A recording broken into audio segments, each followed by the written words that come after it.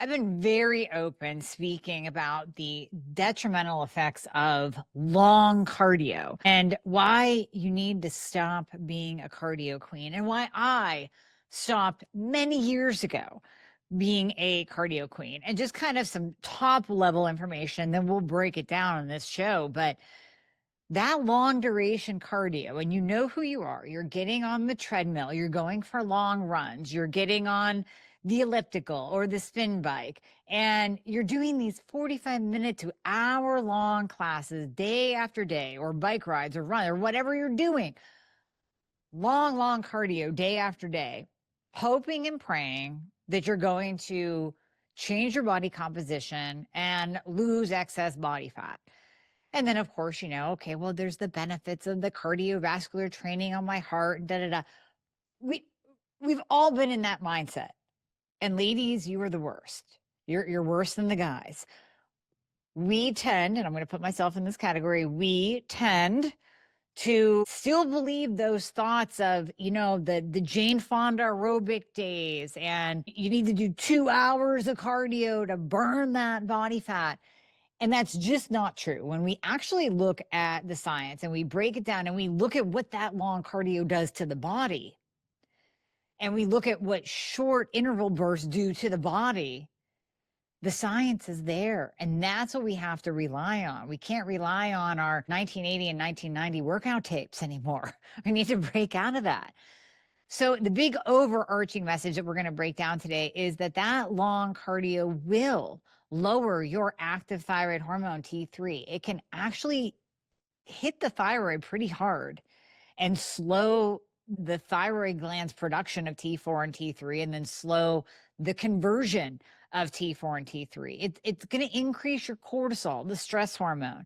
Increasing cortisol can impair thyroid function. It can also hinder blood sugar. It can basically create a blood sugar spike. That's just going to stack upon your weight gain. You're not going to lose weight when you're in an insulin resistant state or when you're in this high cortisol state. Your body will hold on to fat and store it. You're going to break down your muscle. You're going to cause inflammation and oxidative stress, and you're not going to feel your best.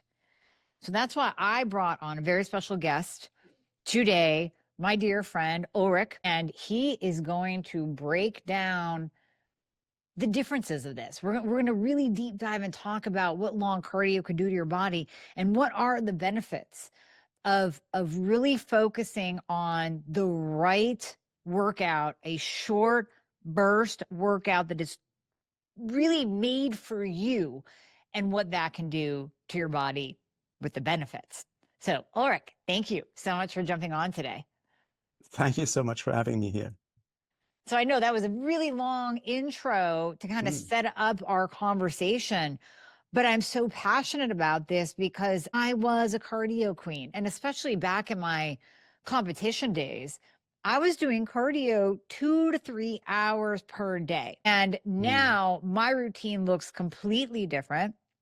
I only do the Carol bike that we're going to be talking about. I only do short, very intense bursts of cardiovascular training. And I will tell you wholeheartedly, I look better now at 51 than I did all of my 20s into my 30s, because I was competing in fitness modeling well into my 30s. And I know how hard it was to put on any kind of muscle, to have that really sexy shoulder cap and the 6-pack abs. And I fought for it and I fought for it. I could never get it because I was doing too much damn cardio and basically burning my muscle away and causing my body to be inflamed and to hold on to fat. You know, I thought that at least many people, the general public, had actually moved on from this 80s cardio mindset. But it seems things come and go in waves. And there has been recently really a resurgence of people talking about really long cardio sessions, zone 2 training, as the basic fundamental thing that you need to do to improve your cardiorespiratory fitness, which is obviously very, very important. your cardiorespiratory fitness is super important. It's one of the strongest predictor of your life expectancy, your VO2 max. But the debate about that and what's being proposed at the moment goes beyond what we think is reasonable and takes us a little bit back where I thought we had moved on from. So I think it's a very relevant discussion even today. Yeah, and I agree, because if you go into any gym, you're going to see all the cardio equipment just packed. So anytime I pull into a gym and it's busy, I'm like, oh, damn it, all the machines are good. Wait a minute, no, because all of these people, they're going to be on the treadmills and the ellipticals instead. Yeah. Yeah. No, and that's right. And there are a few very, big name influencers whose voice reaches far, who propose these 60 to 90-minute session, and not just 2-3 times per week, but up to 4 or 5 times a week to build your cardio base. And there's some rationale behind that. It trickled down out of from athlete sport, like really top athletes who train for stage cycling tours like the Tour de France or so. They actually do that.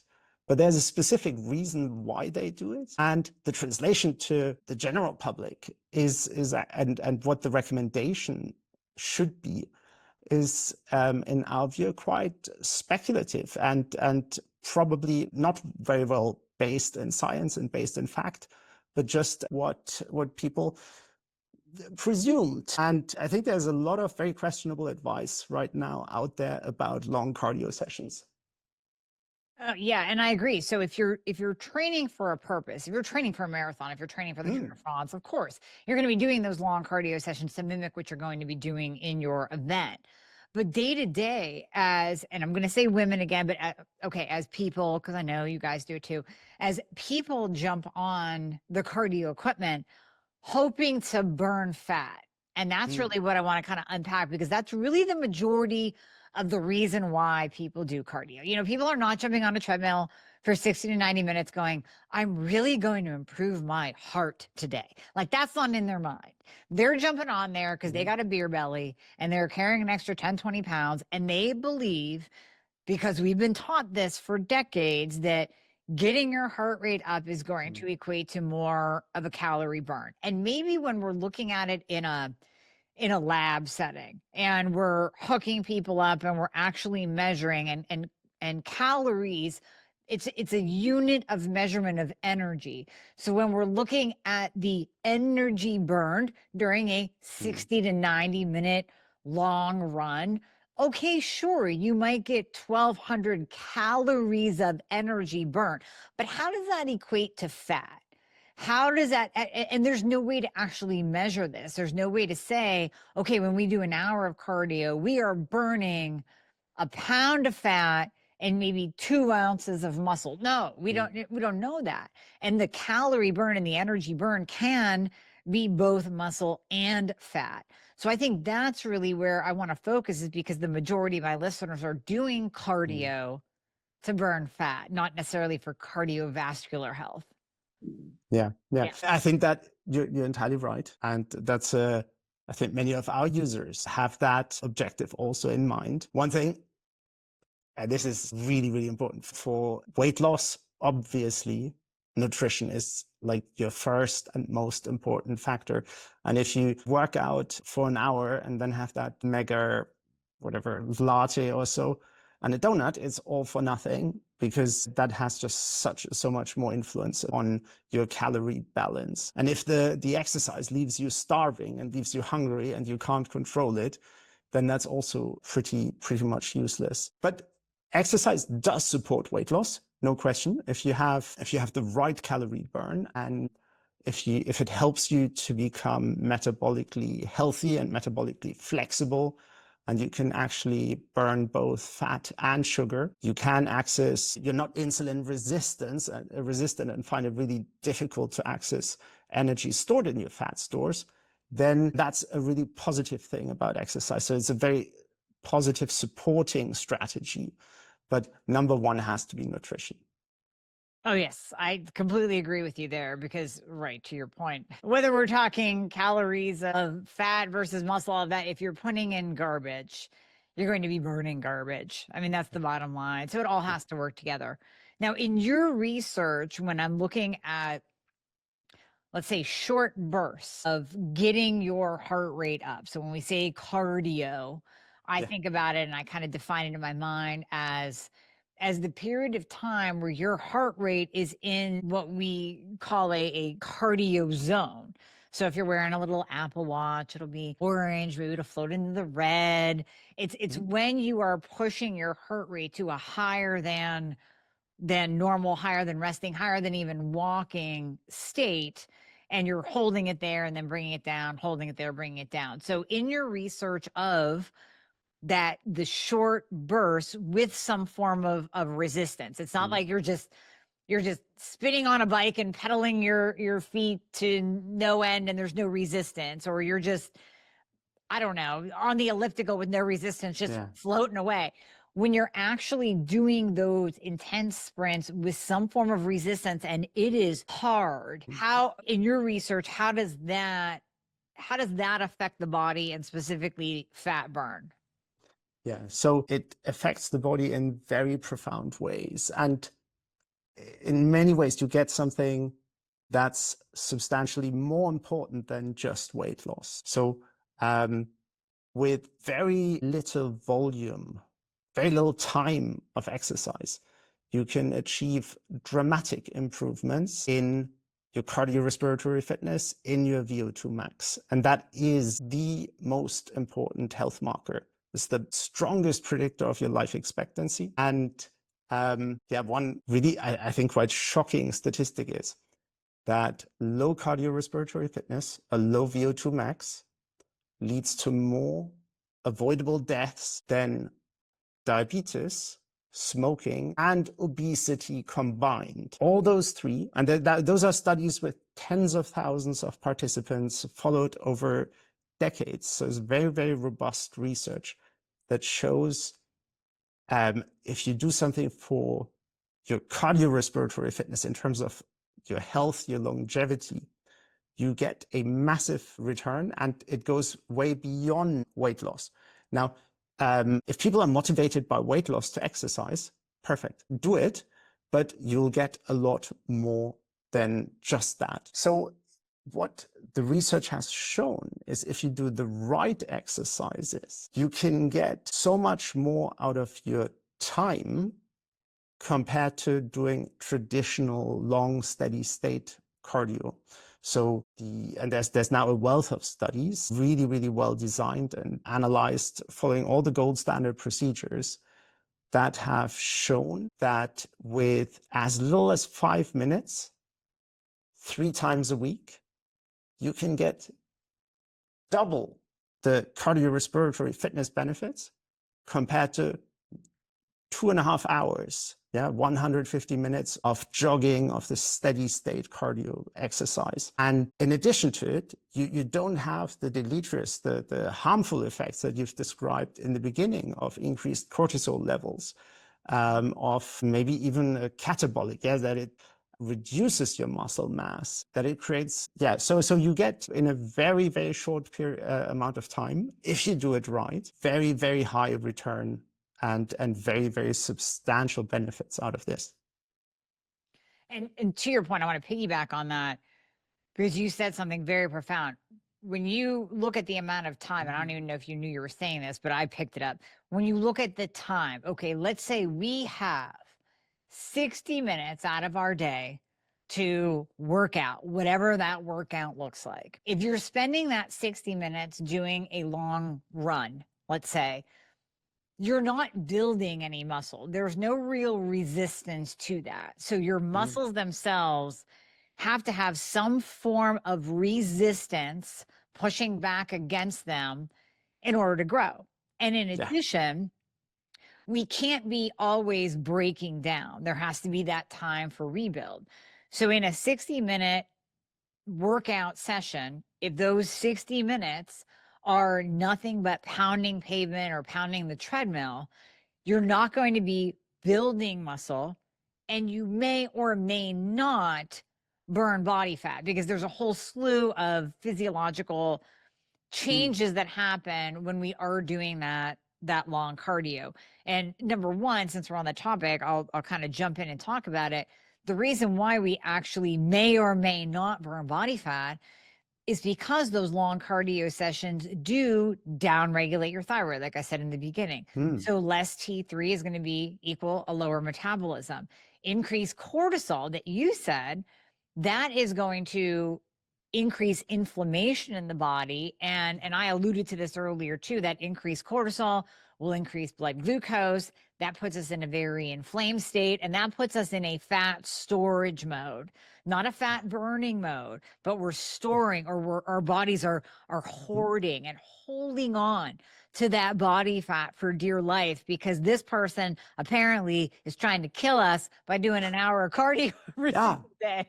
Exactly, Right? exactly. I'm about to starve. I better maintain all the tissue that stores energy, and I get rid of the tissue that burns energy. So that means you're putting on fat and you're reducing muscle. So that can't be a good thing. Exactly. So what if we could spend 5 minutes of those 60 minutes doing something very beneficial to our health and to our heart, and like you said, for longevity, over a long period of time, and then spend 55 minutes doing resistance training and strength training. That to me is a much better profile workout, and will result in maintenance of our lean muscle tissue, improvements and putting on more muscle, and then burning of stored body fat. So that's the equation to really have the best body composition in my mind. Yeah. Can we stop for a moment? I see my pictures completely low res and grainy. Do you see that too? Is that on your side? Just changed over. Yeah, it does look a little bit low res. Yeah. Mm, Weird. Well, this will mainly be audio, but we'll take clips of you yeah. when it's clear. Do you mind if I change the camera for a second? This will No. just take one second. I'm really sorry for this. No, go ahead. I'm going to press pause real quick here. So what do you find then with when people do the 5-minute intense with resistance bursts on the Carol bike? What have you heard from your customers in regards to their body composition changes? Yeah. So it's definitely a driver of the, sorry, can we do that again? I'm really sorry. No, go ahead. Can we actually, could I jump in? I'd love to talk about muscle and metabolic health like that. I think that would be a really good pickup from where we've left it off. Oh, sure. So let me tee you up with a question then. Yeah. Okay. So in your studies and with all of your knowledge, what do you find when we're talking about muscle and metabolic health overall? What is that correlation exactly? Yeah. So the other thing that is a real major benefit of doing the type of cardio you can do on a Carol bike is that you're actually also building muscular strength, and because the forces you exert are, even though it's very, very short, so high that you get a really meaningful increase in muscular strength. So on average, that's about 15% in improvement in your squat. Yeah, so that's how it's measured, 1 rep max for your squat.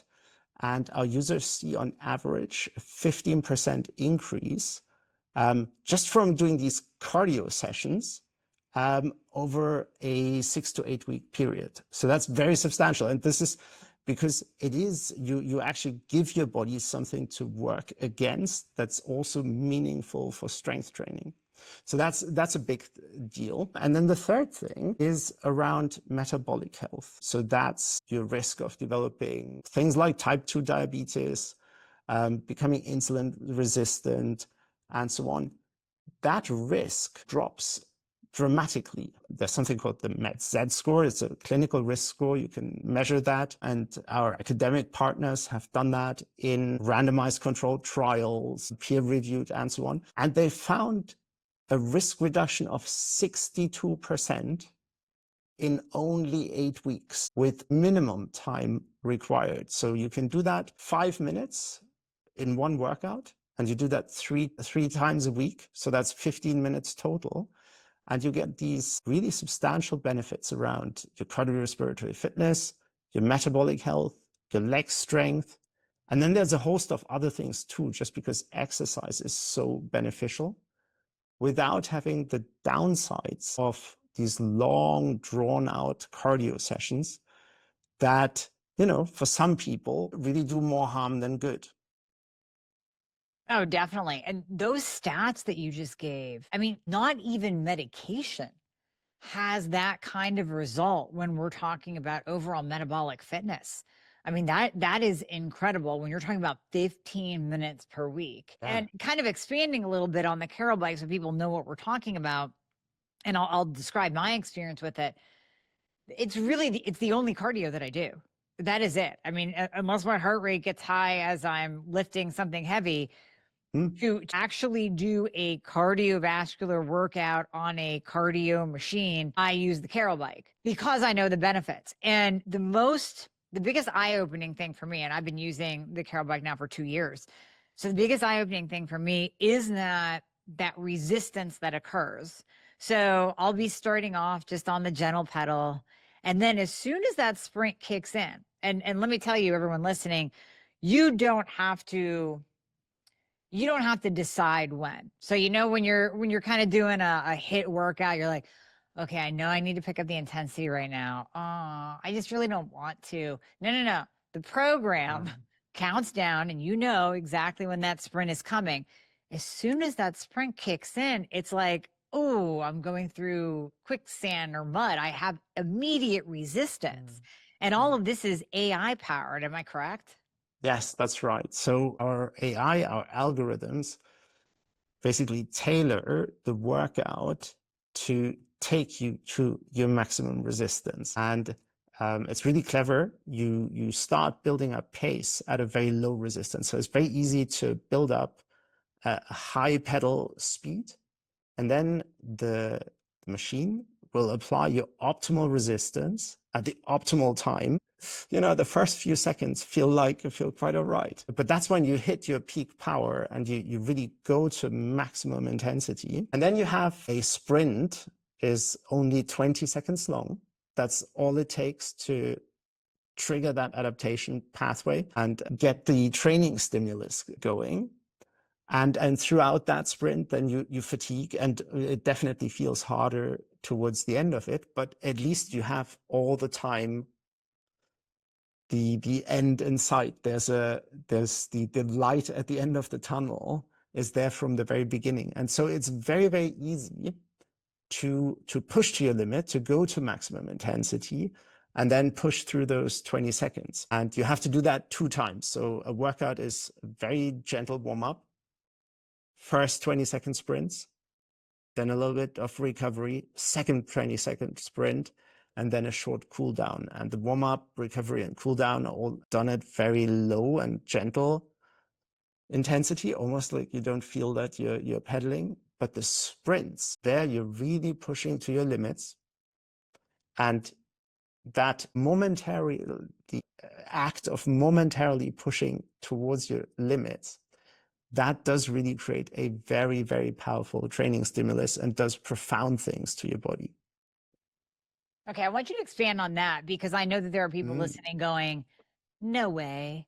There's no way that I'm going to do 2 20-second sprints in 5 minutes and get the results of, and I've heard this from you before, of a 45-minute run. Yeah. So Yeah. get a little bit geeky with me and get into the science of why that AI powered resistance. And the bike learns you, by the way. Like I always try to beat my last score and go a little bit more intense than I did before, but it learns you and it will meet you where you're at. So yeah, dive into the science for me. Yeah, sure. So what you do when you push to your limits is almost like simulating an emergency situation where you have to, say, run for your life. Because that's the only other case where you would really push to your limit. We don't do that in everyday life. We don't even do it when we exercise usually. But True. with the Carol bike, we make it as easy as possible to really hit that max intensity. And as you do that, you actually force your body to mobilize lots and lots of energy, glycogen, so that's a storage form of sugar, to get ready for that emergency. And your body doesn't know how long it will be exposed to that, so it just mobilizes lots of it. And bound to the glycogen are certain signaling molecules. The main one is AMP that gets released with the glycogen, activated to AMPK, and that activates further downstream another really important signaling molecule called PGC1 alpha, which is the body's master regulator for mitochondrial biogenesis.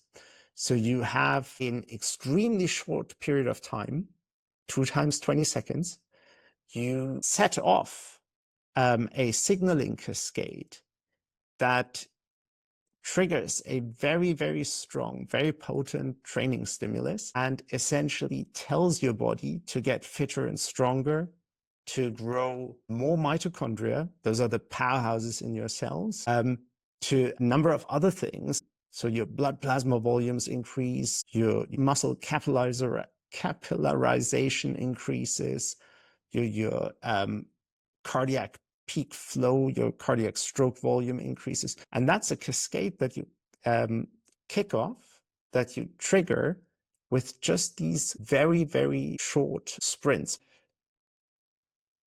The really interesting, I mean, there's many things interesting about it, but it really seems to be a switch. Yeah.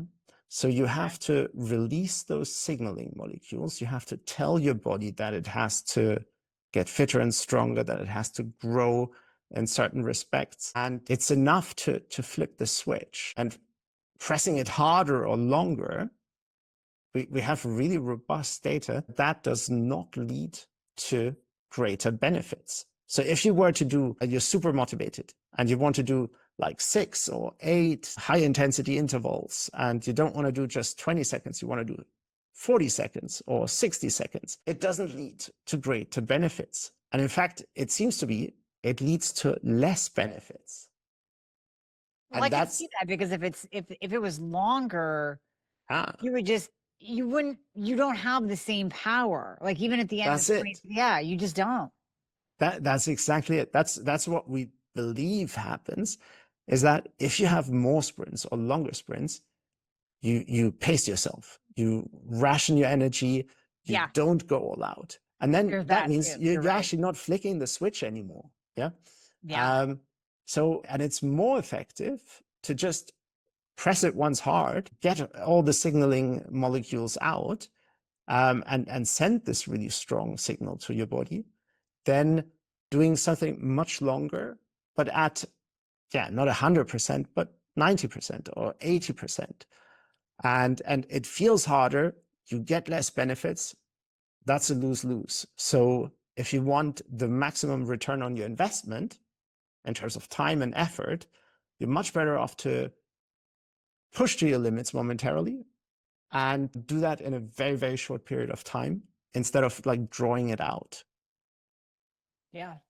Yeah, absolutely. And I mean, it's much more fun that way instead of drawing it out anyways. But I do like that the Carol bike has programs in it that, let's say you are a long distance, you're preparing for a long ride or a long whatever, and you're trying to get that extended cardiovascular fitness in.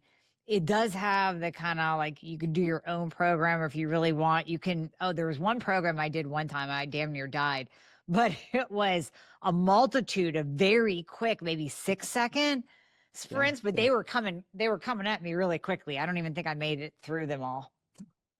Yes, that's right. So it's a very versatile bike, and you can do, because who are we to tell people exactly how and what to train? We give you the tools, and I mean, our most popular workout are these really short and intensive sprints. That's what sets us apart. That's something you basically You need a special bike for it if you want to do that. And the Carol bike, to our knowledge, there's no other bike like ours, is the only bike that's really optimized for that type of exercise. But you can do, in fact, like a very wide variety of scientifically validated workouts. And if you want to do zone 2 training, and there's, I see the irony in it.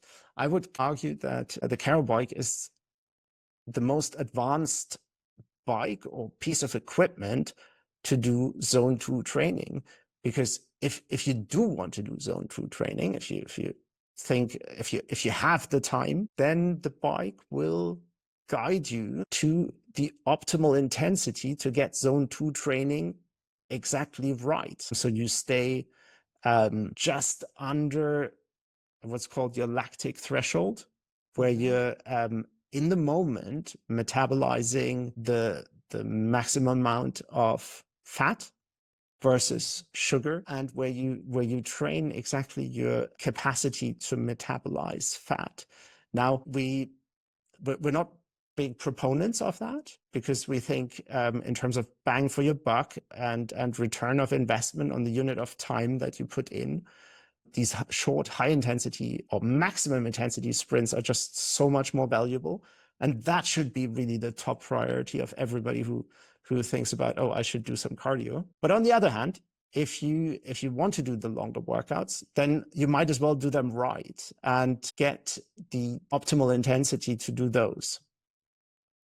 Yeah, and I agree. I mean, it's one of those, like, listen, if you love doing the long workouts, well, Ulrich and I do not recommend doing them all the time. And that's the whole purpose of the Carol bike and everything that we talked about today about the detrimental effects to long cardio and the benefits to these short burst re-hit workouts. But if you want to throw it in, it's at least there for you. And I like it that you make that available on the bike so that people don't have to have a whole other separate training bike for their long rides and then have the Carol just for the short rides. It's very versatile. Yes. This was one of the things where, well, if you can do it, why wouldn't we? So exactly that. You can even do things, if you're really into that, you could do things like the Peloton classes with Peloton Digital, because we don't lock you in to just do our things. You can use the bike also with third-party apps.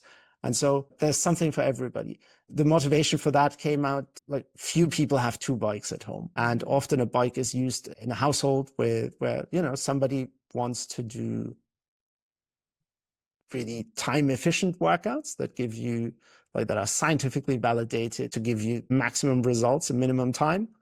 And others want to train alongside celebrity coaches who have, like, nice soundtracks. And that's okay. There's, we know what we prefer, but that's treat people like grown-ups.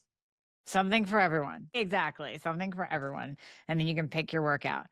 Now, I want to just dive in to specifically my Hashimoto people out there.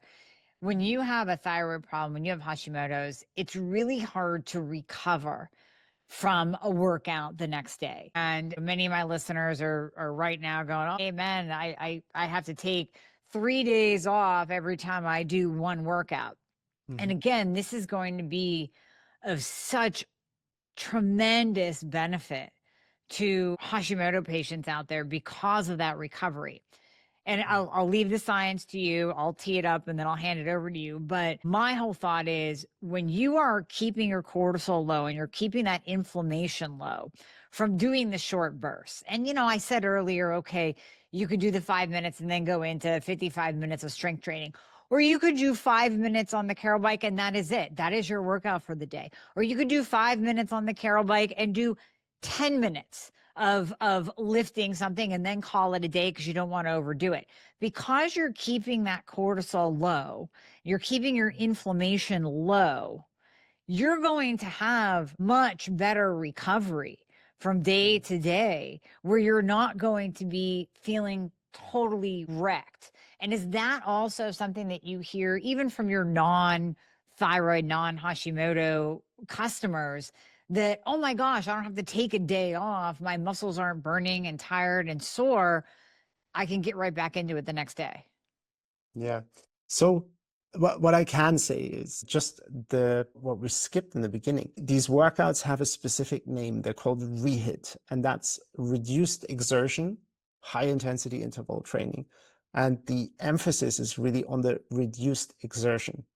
So we talked about going all out and going out to maximum intensity.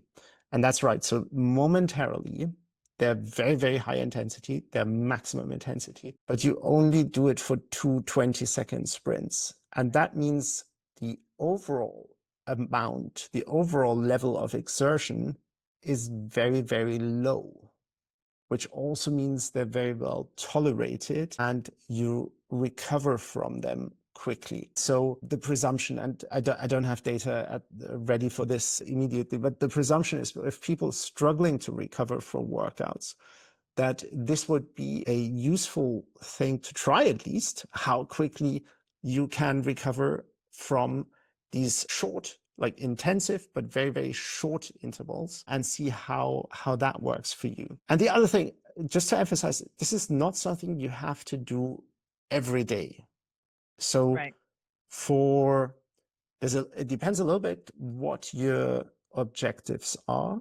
If your primary objective is around cardiorespiratory fitness, you want to improve your VO2 max, so your ability to burn oxygen, it seems 2 times per week is enough. That's what the data suggests, that 2 times per week is enough. If metabolic health is your primary objective, then 3 times a week, every other day would be the recommendation for you. So we definitely want you to leave intervals between the workouts to give yourself time to recover and to give yourself time to grow, to give you the time to get fitter and stronger, because it doesn't really get stronger during the workout. It gets stronger in between during the recovery. And so, yes, I think this is a very interesting strategy for people to explore, whether that's helpful for them. I love that because it's so easy. It's like, who can't do it? And again, piggybacking on your muscle recovery and growth and repair, when you are doing those quick REHIIT burst workouts, you're going to improve your glucose uptake and your insulin sensitivity in the muscle. So that's kind of tying back to what you mentioned earlier about seeing these huge improvements in metabolic health overall. And reduction in diabetes, of course, improvement in insulin resistance, that ties right into it because that's pre-diabetes. So when we improve glucose uptake, when we make the muscles themselves more sensitive to insulin, more nutrients are getting into the muscle. So that's only going to support growth and repair. Yeah, absolutely. I mean, one is if you empty out those glycogen stores, the body has actually somewhere to pack the sugar that's not adipose tissue. And the other thing is around, these glycogen stores are really your body's emergency energy reserve. And you want to have those, how should I say, you want to have those charged. You want to be ready for the next thing that comes at you. And so your body will try to recharge them, fill them up again as quickly as possible. And that is a process regulated by insulin. Insulin sensitivity plays a great role in that. And so that's part of the mechanism, how it improves your metabolic health, because the body wants to just make sure it's ready for the next thing coming at it. Yeah. Yeah, absolutely. And then even as we age, I think that response of getting ready for the next thing starts to slow down if we're not properly taking care of ourselves, if we're not properly exercising for our body. And this is going to kind of tie into, and you may have already mentioned this, but I'll let you expand on it as well, that mitochondria adaptation that occurs from the REHIIT, from the 20-second sprint.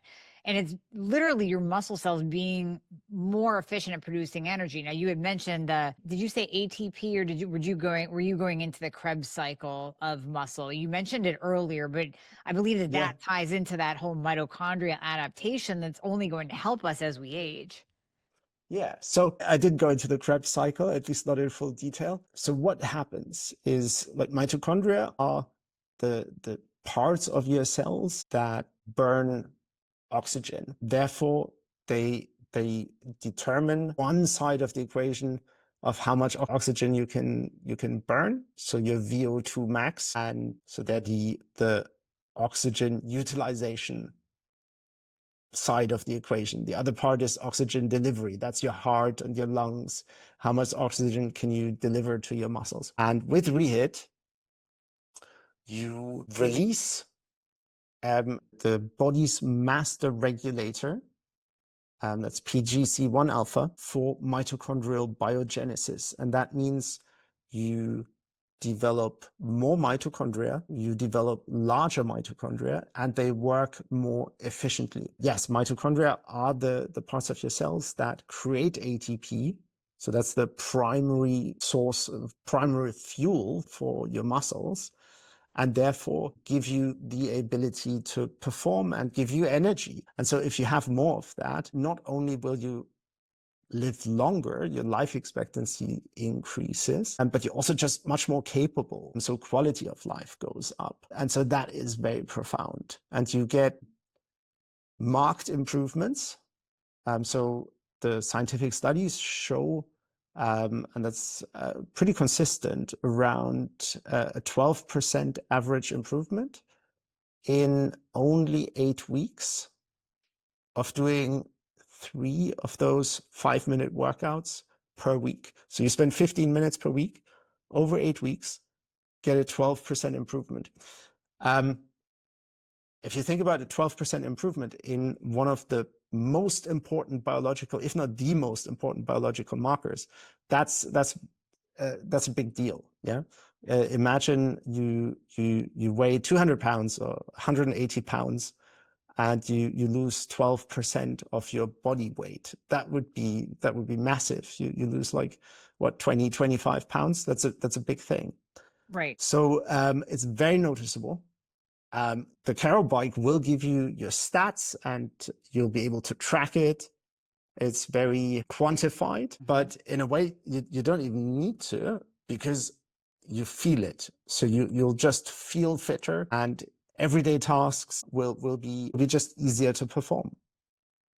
And everybody is so focused on their mitochondrial health right now too. And we have this big talk on longevity and obviously biohacking. This is one way to biohack, and mitochondrial health, that I love that this only improves it. It only adds another layer to all of our biohacking tools that we can do, simplifies our workout, takes a lot of, it takes a lot of stress and pressure of getting in that hour-long cardio. Because like I said in the very beginning, that was me all day long. That was me. Unless I got in at least 60 minutes, 60, of cardio, I didn't feel complete. I didn't feel accomplished that day.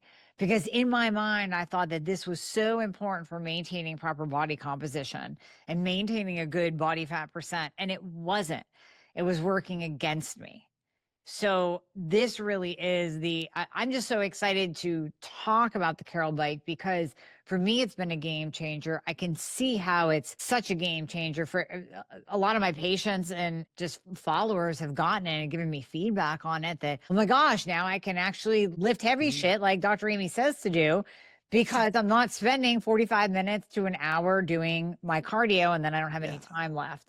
So, I mean, to me, this hits health on so many different levels that it really is a no-brainer to get as part of your overall exercise routine for at home. I mean, it's just absolutely perfect. And quite frankly, even if you go to the gym, you hit this 3 times a week, you don't even, this isn't going to be at your gym, and you don't want to get on the elliptical and the treadmill. You want to do your quick 5-minute bursts of cardio at home, and then do your other resistance training wherever. Oh, the other thing, and I know I'm talking a lot, but I have to throw this in. You can do it on your lunch, and you're not going to get so sweaty that you have to take another shower and redo your makeup, ladies. So literally, I mean, there have been busy days where I've been in my office doing recordings, doing interviews, and I'm like, I didn't have any time this morning, but I have a half an hour right now. I don't have a full hour to re-shower and do my makeup, but I don't need that, because I can just jump on the Carol bike for 5 minutes and not get off a sweaty disaster. Yeah. Yeah. Yeah. So we don't promise that, but Like, it is right. You're actually right. true. No. Here's the thing. Here's the thing. So it does work for most people. So I would say 8 or 9 out of 10 can do this workout and won't sweat. And there's a very simple explanation for that. Like, you sweat if your body temperature goes up. You sweat in summer if you stand in the sun, even if you're completely motionless. True. And with these HIIT workouts, you don't, like, during the workout, burn enough calories to increase your body temperature to an extent that you start to break like a big sweat. And so that works for most people. However, and here's the caveat, there are some people who just have to look at the exercise equipment and break a sweat. So Yeah. True. there's the odd 1 in 10 who does. But yeah, certainly, and or at least you don't need to have all your makeup redone and another blow dry, which if you think about it, then that adds, like, you're not only doing your hour cardio, but you're having, like, then suddenly it's like 2 hours out of your day, depending on how much time it takes you to get all those done. So it is really, we have our bikes in offices. I've got one in my office, and it is something you can do during your lunch break, during your coffee break, without everybody just looking at you strangely afterwards. That is very true. Very true. And then one thing I checked with you, because I know you've had this offer for a long time. I mean, Hmm. number one, we're going to put the link in the show notes, and people can use the code thyroid to get $100 off the bike. So right there, you get a discount. On top of that, you give people 100 days to try this out. So can you talk a little bit about this guarantee? Like, basically, you'll love it guarantee. And you even come and get the bike if somebody's just like, yeah, that's not for me. So it is right. Listeners are very welcome to use the code thyroid. And they get $100, the best available promotion at the time. So if they use that, they can be sure they get the best deal that's available. And then, yes, we have probably the most generous,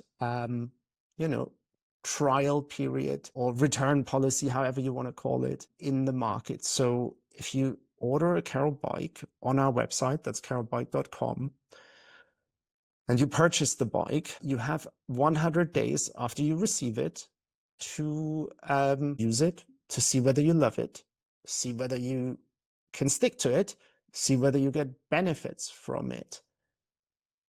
And thankfully, most people love it and can do their workouts and see the benefits. Otherwise, we couldn't do this. But if you don't, if for whatever reason it's not for you, we take it back and you get a full refund. So that lowers the risk to get a Carol bike quite substantially. It makes the decision maybe a little bit easier. So much easier. I mean, to me, that's an absolute no-brainer. You have nothing to lose. Like, you're either going to love it and get a lot out of it. But I do remember talking to you before, and you go, yeah, we don't get many back, like, if at all. I Yeah. mean, you just don't, because it's great. It's fantastic. And people are going to become addicted to it because it's so easy. And it's one of those things that you really do have to try. I mean, we could sit here and explain it all day long, but once you get on it and you try it, I mean, I remember my first time. I went, oh my gosh, this is crazy, because it did kick my butt, but in a beautiful, very short way. And then it was done. And like you said, you could Yeah, see the light at the end of the tunnel. exactly. Yeah. And you understand immediately why and how this works, and you'll feel the results and you see the data. So yeah, that's just a very good thing. Well, Ulrich, thank you so much for jumping on and having this very passionate, lively discussion, because I'm very passionate about helping my people not be cardio queens. It's only going to help their results, but showing them what the alternative is and really how to do it the right way and the benefits associated with the Carol bike. So thank you for jumping on and having this discussion with me. All of the links that we talked about and all the discount codes, we will absolutely put those down in the show notes. Yeah, thank you so much. It's been tons of fun, and we'll definitely have you back on. Thanks, Ulrich.